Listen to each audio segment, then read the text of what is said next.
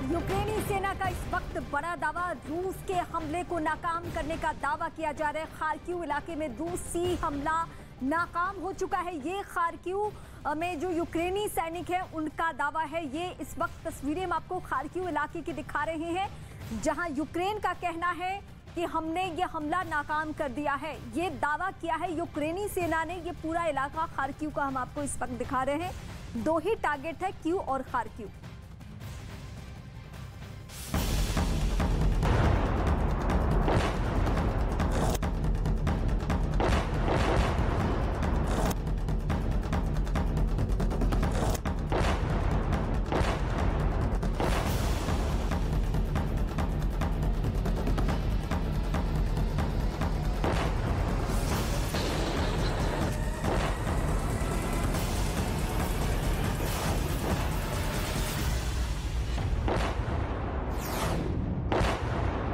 उनके हाथ और पैर बंधे हुए थे, साथ ही उनके चेहरे पर चोट के भी काफी निशान दिखाई दिए। लेकिन तब भी यूक्रेन के सैनिक इन जख्मी रूसी जवानों से सवाल जवाब करते नजर आए। ज़ेलेंस्की की सेना ने इसी तरह के कुछ और वीडियो भी जारी किए, जिनमें बंधक बनाए गए रूसी सैनिकों को वहां के मीडिया के सामने पेश किया गया। दावा है कि इन सैनिकों ने मीडिया से बात करते हुए अपनी ही पुतिन सरकार का विरोध किया और यूक्रेन पर हमले को गलत बताया। Я жив, меня могли бы убить, но я жив, меня защищают здесь. Единственное, от чего я могу погибнуть, мам. हालांकि इसके बाद सोशल मीडिया पर यह चर्चा भी शुरू हो गई कि इन रूसी जवानों को यूक्रेन की सेना ने डराया और धमकाया और पुतिन सरकार के खिलाफ बोलने के लिए मजबूर किया।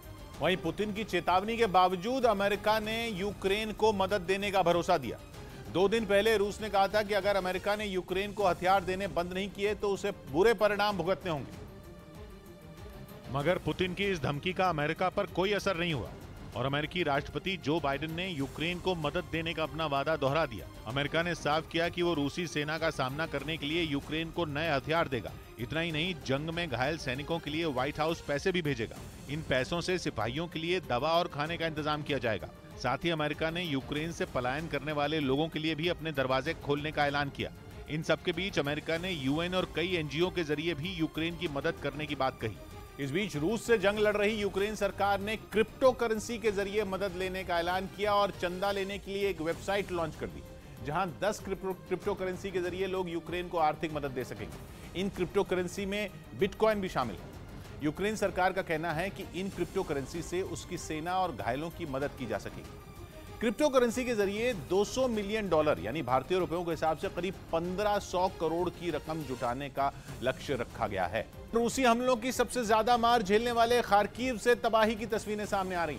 वहां मिसाइल हमलों की वजह से पूरे शहर की सूरत बदल गई, जिसका सबसे ज्यादा असर वहां की बिल्डिंगों पर दिखा, जिनमें कुछ तो ताश के पत्तों की तरह जमींदोज हो गई, तो वहीं कुछ जगहों पर बर्बादी की आग सुलगती रही, जिसे बुझाने के लिए राहत और बचाव दल के लोग पूरा जोर लगाते दिखे। Інформація про під завалами, ми вже одного 200-го відкопали і одного... आसमान से बरसी मिसाइलों ने लोगों से उनके घर तक छीन लिए। कई इमारतों के इन हमलों में परखचे उड़ गए, तो वहीं सड़कों का हाल तो और भी बुरा था, जिसकी वजह से खार्किव में चारों तरफ सिर्फ और सिर्फ तबाही नजर आई। वहीं रूस में यूक्रेन के खिलाफ